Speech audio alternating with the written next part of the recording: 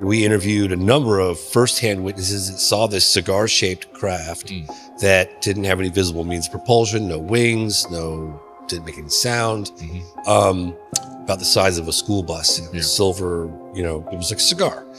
And it had a huge, according to the witnesses, it was out of control. It was barely sustaining flight. And it had a huge gash in the back of it with this sort of blue vapor type smoke coming out. It was a very strange smoke, they said. And I was thinking to myself, like, how did that happen?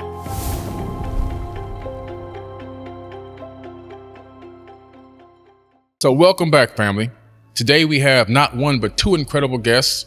We have James Fox, the filmmaker behind The Phenomenon and Moment of Contact, and Jason Sands, an insider with deep knowledge of UFO research, government secrecy, and hidden agendas. Welcome back to the show, guys. Thanks for having me on. Right here, success. Yeah. Can you read that better than I can? Yeah. It's so beautiful. I want to print that and put that above my bed every morning. Can you read that?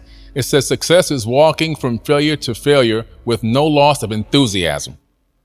Yeah. It's perfect. Exactly. It's so perfect. Yeah. So true. And that's where we are. We have to get to that point consciously, spiritually. Yeah. And if we live that, and if we believe that, we will get to that point. We will grow up, as a species on this planet.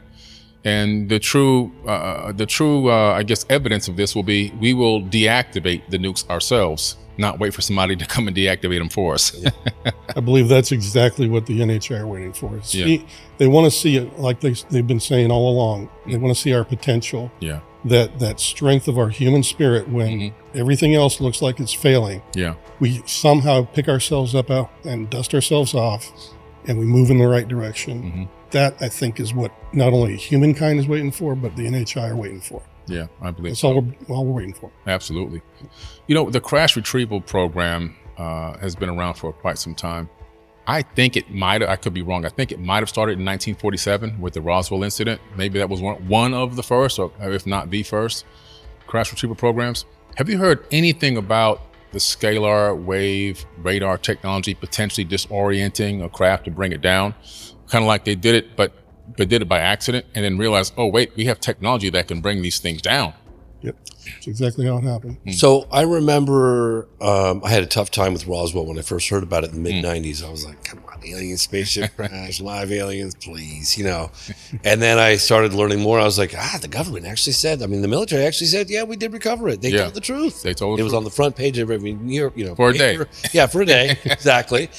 And I interviewed a gentleman who's a little controversial, and I guess anybody making these statements can be controversial, right? It's like any definitive statements you're making about aliens or whatever. But it was Colonel Philip Corso, and he was a colonel in the Air Force. In the Army, and he wrote a book called Roswell: The Day After, or The Day After Roswell. I'm sorry, I can't remember the exact, but he said to me that the military was using a specific type of new radar that they believed, he didn't know for sure, that they interfered with the navigation of these objects that have always been here and caused them to crash. And that's what he said. That was his theory from the Roswell case. Now, you were saying about the crash retrieval program starting in the 40s. My understanding is, and I was in Italy about this a couple years ago, that there was an incident that happened that was unmanned. Maybe it was a probe of sorts, discs that happened in the 30s. Do you know about that, Jason? I've only heard of it. Yeah, Grush talks about that. But yes, they did recover one, and apparently it ended up in some of the annals of the Vatican. Yeah. Wow. And that was also something that occurred in World War II. They think they also discovered that this had happened. So this, don't quote me on this, but apparently it was recovered in Italy in the 30s. And that ultimately the U.S. government got their hands on it and that it was unmanned. And it's a pretty credible report. In fact, there was a telex that I was told that came from the president of Italy at the time. That's confirmation of that they recovered this thing. But I'm told that the Americans ultimately got it. I think David Grush talked about it under oath during the congressional hearing. So I think the crash retrieval program, as far as I can tell, started in the late 30s. Wow. And I agree with that statement. It sounds about right from what I've read and heard and experienced. And the reason why I bring it up is because a lot of people say that these aliens are so smart and they have all this technology. How in the world can they just crash on our planet? They came light years to get here and then they crash.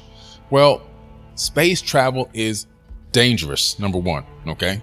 Dangerous. Number two, you might have scanned the planet, maybe even sent advanced probes, but you might not be aware that they have a type of a radar that could potentially disorient your navigation. It could be an absolute surprise. And then all of a sudden you get hit with this radar beam and it disorients your craft and it goes down. It's something maybe that wasn't anticipated. And then, you know, once we discover this, being who we are as people on this planet, we go, oh, let's start picking these things out of the sky so we can reverse engineer them and figure these things out.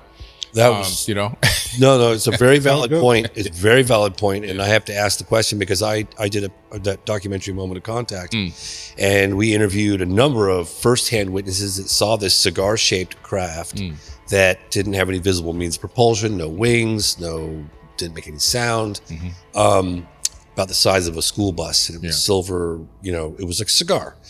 And it had a huge, according to the witnesses, it was out of control. It was barely sustaining flight, and it had a huge gash in the back of it with this sort of blue vapor type smoke coming out. It was a very strange smoke, they said. And I was thinking to myself, like, how did that happen? Yeah. Well, was it hit by an asteroid? Well, Did we think shoot about it? it though. Think about our own technology. You know, let's say Boeing has a flaw in the way it builds the ailerons, and they fall apart in flight after 10 years.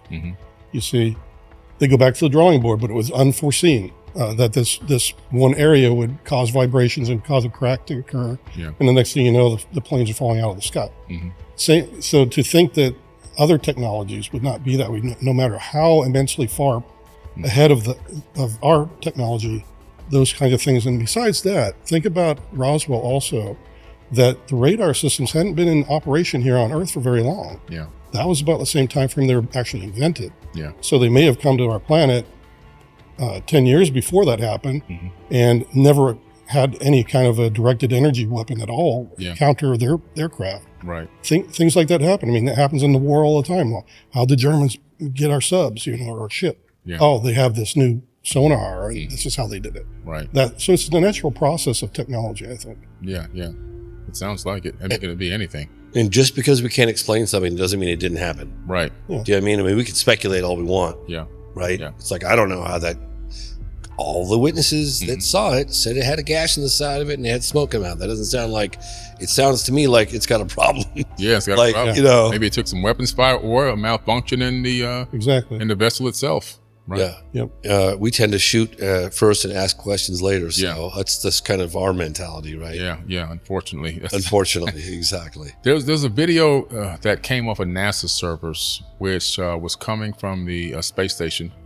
And it showed this disk orbiting the Earth and kind of going in towards the atmosphere. And then you see this pulse come from the ground, and this thing shoots away.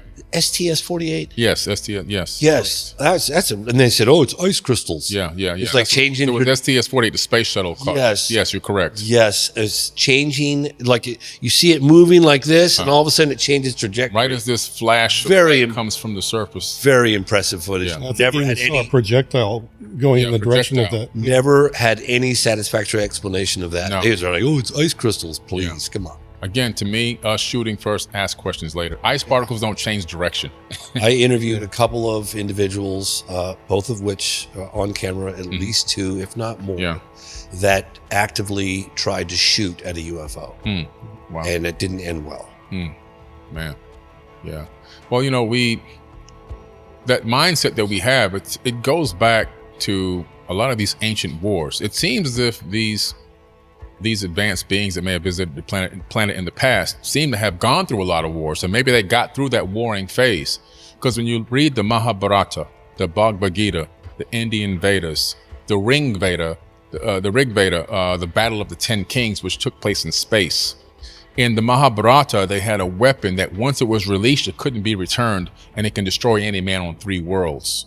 They had a weapon called the Brahmahama Astra, which can destroy a planet. I mean, this was crazy stuff. And this is thousands of years ago. The people on the ground said there were flying cities in the sky going to battle against each other. And when you read these ancient tales, you realize could it be some fluffery or maybe, but at the time that these things were written, people were just focused on their daily needs. Like, can we survive the day? Yep. Can we hunt and gather and get something to eat for the village? Can we protect the village against wild animals or other tribes? Very few people were thinking about sitting down and writing a sci-fi movie. So when you see the thousands and thousands of schola, which is the lines of text, and you start reading it and understanding, they're talking about real rocket science. They're talking about ICBMs. They're talking about destroying entire planets. It's not just a normal conversation thing to just sit down and go, I want to write about, blowing up this moon around this planet. And I just tend to think that if these texts have any percentage of reality, this could be evidence of an advanced race, maybe even us, fighting and warring in the ancient past, and in some way getting over that and becoming even more advanced spiritually and not wanting to fight and be wars again, but in some way, maybe us being who we are, a brand new species. We're only 200,000 years old. Haven't gotten to that point yet. I would say to anyone out there that has any doubt about the phenomenon being around for millennia, certainly since the recording of time, you could take a look at the book Wonders in the Sky by Jacques Vallée, who's a scientist. Yeah. And you just look at the imagery, right?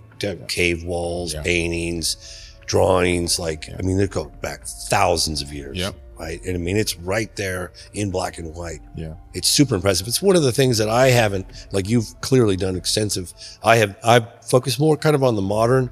Have dabbled a little bit into I think it has been with us. The phenomenon's nothing new. Yeah. I think it's been going on for millennia, but yeah, that's a whole complex, historical perspective too, that would probably provide a lot more answers than what we're experiencing today, right? Yeah. So it's fascinating. I'm just trying to establish some type of a track record of growth and development and change, because now they visit, or we don't know exactly who it is, but we get these visitations, right? But it's deactivating nukes. It's about talking to the children and telling them, hey, don't destroy this planet, and things like this. Whereas in the past, there was warring cities in the sky. I just wonder, what was the transition? What changed to now where they're more, whoever's visiting seems to be more benevolent than malevolent? Gosh, you'd think after all the years that I've looked into it that I'd have more answers, but I have more questions than I do answers. I know. Unfortunately, Jay, sorry, you go ahead. No, but from my experience, I would say that I fall back on, meeting that person in the desert and the way he was thinking and everything else, that I believe they're just like us. There's factions amongst them, and maybe a few millennia ago, that some of them wanted to do it one way here on Earth, and the others didn't want that. In other words, there may have been a group that was more involved with give them their freedom to make their own way forward, and the other one's like, no, we're just going to help them, and we're going to, like the Vimana, teach them how to build these things, how to power them, and all this sort of stuff. And then you see the Nazis later on picking up on similar technologies with the Glock, and things like this, and the Hanabu crafts. Yeah, and believe me, they were very involved in that. And we guess where all that technology went? Project Paperclip. We got all our scientists, and they were willing to work on that. And what do you see now? The atomic energies and all these other things being messed with. So I think it was a progressive thing. And I think, there may have been, and no kidding, battle in the sky with these cities, battling each other, that these were the creatures from other worlds that were, or the peoples from other worlds that were trying to, it just literally fought over us. Right. That's what it seems like. Yeah. Because the Aboriginal elders that I walked in the outback with, they said that they were seeded here by Pleiadians.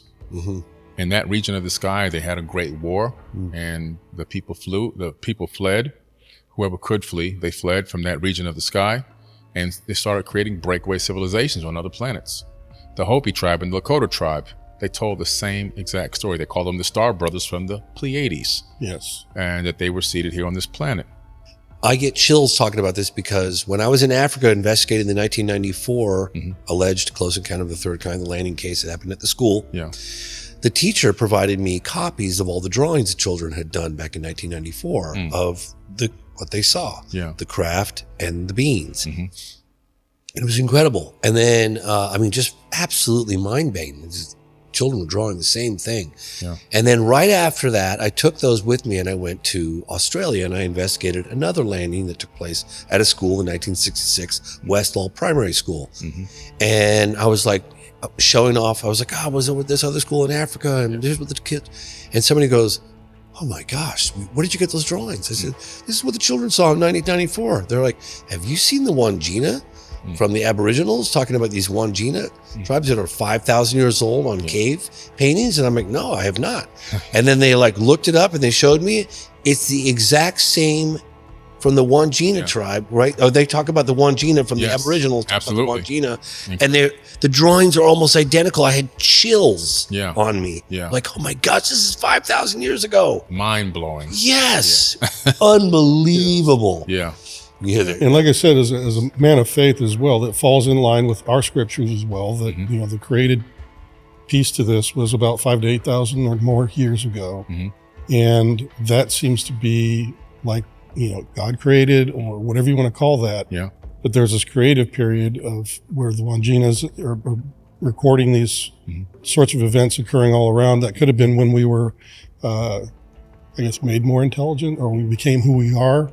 And then the war happened about a couple of millennia later about where they wanted us to go. And now we're being given our freedom to plot our own way forward. Otherwise, I think they'd be more involved. I mean, if I was an intelligence race, that's the way I would treat us. Ultimately. And these wars persist even through what I call more modern religious texts, like the biblical text, for example, talks about the war of the gods in the sky. We talk about the god of war being Mars. And what did they find on Mars when they sent the probes there and the Phobos 1, Phobos 2. Right. It's incredible. These things like Phobos 1, they're saying, doesn't appear to have enough mass to sustain an orbit, that it might be hollow. And when they analyze the actual damage to the outside of Phobos, it doesn't look like regular asteroid or comet impacts. It looks like weapon fire. And then they say Phobos is losing its orbit. Now, based on the size and the estimated mass that it should be in a sustained orbit around Mars. But it's actually losing its orbit, and in so many hundreds of years, it will crash into the surface because it doesn't have enough mass, meaning that it's not solid on the inside, which is just crazy. Which could mean it's artificial. Could be artificial. What they're saying, this is NASA. They're hinting that this is an artificial moon. And then Buzz Aldrin went on C-SPAN and said, wait till they find out who put that there. He was talking about the obelisk or the giant monolith on top of Phobos. According to him, it's an artificial structure, and he says, wait till they find out who put that there. He did that on mainstream TV. I remember hearing about that. I almost got an interview with him back in the 90s. Oh, wow. That's another story.